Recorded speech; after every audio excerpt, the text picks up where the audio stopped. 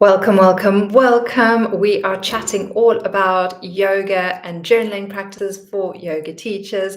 My name is Nina.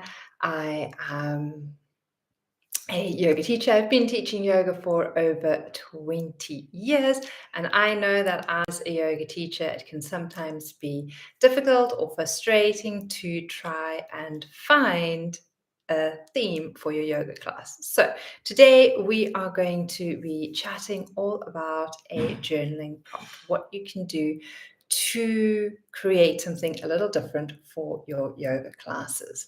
So firstly, one way that I love to start a yoga session is with a centering. And so my suggestion in the centering is to guide your students into observing their five senses. So taking a moment to bring them into the awareness of the sense of smell.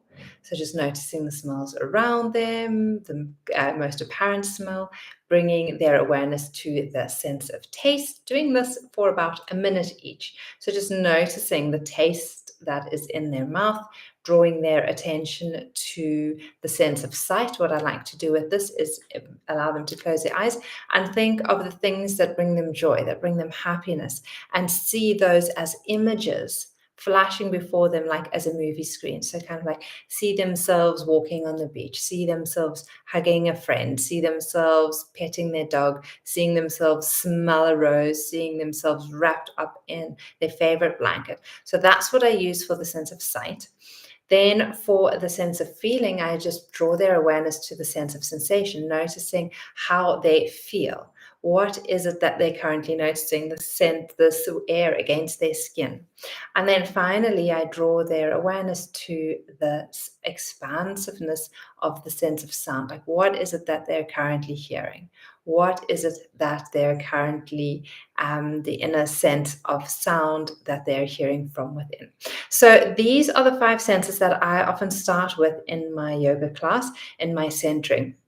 And what I have recently done is taken that onto a journaling practice. So you can either offer a journal in your class to your students, or you can ask them to bring their journaling practice. So this is often also really nice if you're going to be doing a yoga workshop, just something that is slightly different to a yoga class. And what I would get them to do is on a piece of paper in the middle, just kind of like write the word fun or joy or happiness. And then after the centering, write down all the things that brought them happiness or joy or fun. And so that could be like people, it could be laughing with their friend, the smell of roses, doing a morning meditation, whatever it is. And they can write it in whichever way. So we're not going like with lines. They can write it whichever way works for them. They can even draw images. So if they're more imagery and images speak to them, that they can draw images. So that is kind of a lovely practice that I like to do that is just a little bit different, and it draws on the senses that students can experience.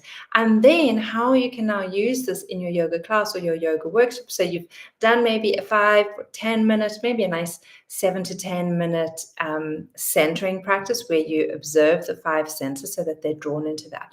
You give them a good 5 minutes to write about kind of like the things, images that bring them joy and happiness, and just remind them about, okay, the sense of smell. Like, what are the smells that bring you happiness? What are the tastes that bring you happiness? What are the sensations against your skin? What are the images?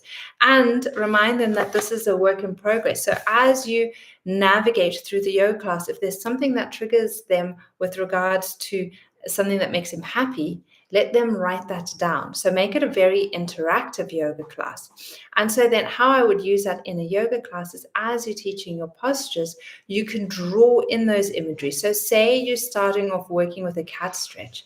Just say, okay, what image did you have that you've written down? Was it like that you enjoy the sunbeam just catching you at the right angle when you're sitting on your favorite chair, or whatever the story is? And then just say, imagine being a cat and just enjoying that sunbeam catching you.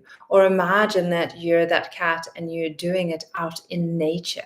And so now you're bringing these imageries of what has brought them fun and joy into the actual posture, so that the posture doesn't just become this stagnant pose of inhale, exhale, but there's actually an element of joy and fun that now gets drawn into them on a deeper level. So this little journaling practice of fun and joy, and things that spark fun and joy, you can spread that throughout your whole class. And after a posture, like, they can write down again anything else brought you fun or joy or inspiration, and then you can kind of like move to the next, and then remind them at the end of the session, like, that wasn't just like a once-off practice. Like, use this. I mean, I've even got students who will take this and create a big pin like on the wall, and they'll have images and words on there to remind them every day, so that when they're hitting a little bit of a slump, when they're going down that negative mind train, that they now have all these words and images that are just uplifting and positive.